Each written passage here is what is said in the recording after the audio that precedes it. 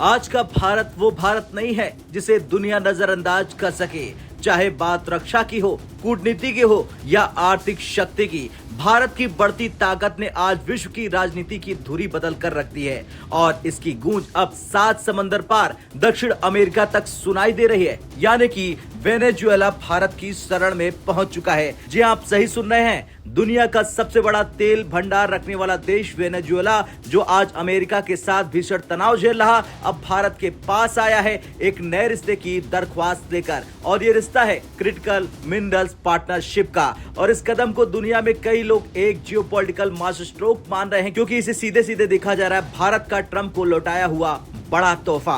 क्योंकि जब America Venezuela पर अधिकतम दबाव डाल रहा है, उस बीच भारत का वेनेजुएला से हाथ मिलाना सिर्फ व्यापार नहीं बल्कि संदेश है। और ये संदेश है कि भारत अब ग्लोबल पावर है और किसी के दबाव में नहीं आता है। और अमेरिका को तोहफे का मतलब ये है कि अमेरिका ने भारत पर जो टैरिफ लगाया था उसका बदला लेगा भारत। चलिए जानते हैं कि वेनेजुएला अचानक भारत की शरण में क्यों आया। दरअसल वेनेजुएला के पास सिर्फ तेल नहीं बल्कि aluminium, sulphur, iron, lead, phosphorus जैसे क्रिटिकल मिनरल्स के भी विशाल भंडार है, जो अब तक ज्यादातर अनछुए हैं। भारत आज दुनिया की सबसे तेजी से बढ़ती क्लीन एनर्जी, ईवी और सेमीकंडक्टर इकोनॉमी है और इसके लिए उसे भारी मात्रा में क्रिटिकल मिनरल्स चाहिए। दूसरी तरफ वेनेजुएला की हालत आर्थिक प्रतिबंधों के कारण बेहद खराब है, तो दोनों देशों की जरूरतें एक दूसरे पर पूरी तरह मैच करती हैं। और इसी वजह से वेनेजुएला की माइनिंग मिनिस्टर हेक्टर सिल्वा खुद भारत आकर पीयूष गोयल से लंबी बातचीत कर गए। अब चलिए जान लेते हैं क्यों है ये डेवलपमेंट पूरी दुनिया के लिए सरप्राइज। क्योंकि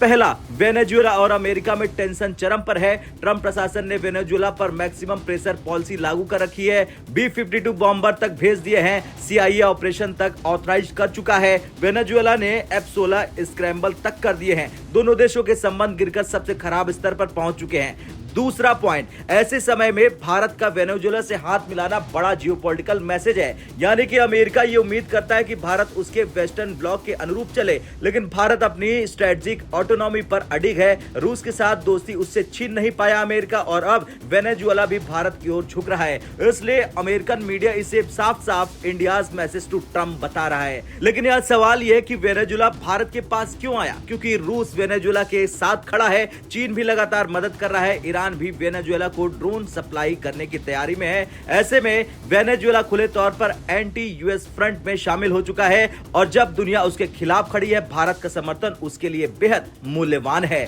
भारत का लक्ष्य बहुत स्पष्ट है, it's all about critical minerals. Bharat अब दुनिया के सप्लाई चेन में अपनी निर्भरता कम कर रहा है। Lithium, cobalt, rare earth, aluminium, ये सभी ईवी और रिन्यूएबल एनर्जी के लिए अनिवार्य है। वेनेजुएला के पास इसका बड़ा खजाना है, लेकिन वो खनन और टेक्नोलॉजी की कमी के कारण इन्हें निकाल नहीं पाया। भारत दोनों काम करता है, वेनेजुएला में निवेश, खनन तकनीक देना। इन मिनरल्स को भारत ब्रॉड बैक करना चाहेगा, ईवी, सोलर, डिफेंस और इलेक्ट्रॉनिक्स इंडस्ट्री को मजबूत करने के लिए। भारत के लिए एक स्ट्रेटेजिक गोल्ड माइन है। बता दें, ONGC पहले से ही वेनेजुएला में तेल परियोजनाओं में इन्वेस्टमेंट कर चुकी है। अब चर्चा है कि ONGC अपने काम को माइनिंग सेक्टर तक बढ़ाएगी, यानी अब सिर्फ तेल नहीं, क्रिटिकल मिनरल्स भी भारत के कंट्रोल में आ जाएगा। पीयूष गोयल ने वेनेजुएला से साफ कहा कि भारत उसकी फार्मेसी इंडस्ट्री को नई जान दे सकता है। भारत के ट्रैक्टर, ऑटो, ई रिक्शा आसानी से वहां मार्केट पकड़ सकते हैं, और वेनेजुएला की अर्थव्यवस्था बिखरी हुई है और भारत वहां इकोनॉमिक स्टेबलाइजर की तरह उभर सकता है।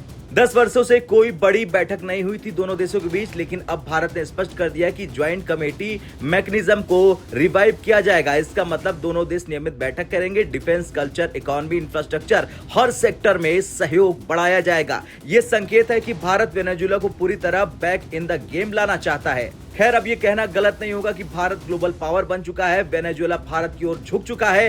क्रिटिकल मिनरल्स में इंडिया एक सुपर फोर्स बन चुका है और अमेरिका को बड़ा संदेश जा चुका है, और दुनिया को अजूबा लग रहा है कि भारत अब साउथ अफ्रीका में भी खेल करने उतर चुका है। ये खबर सिर्फ खनिजों की नहीं, ये खबर है भारत की उभरती विश्व शक्ति की।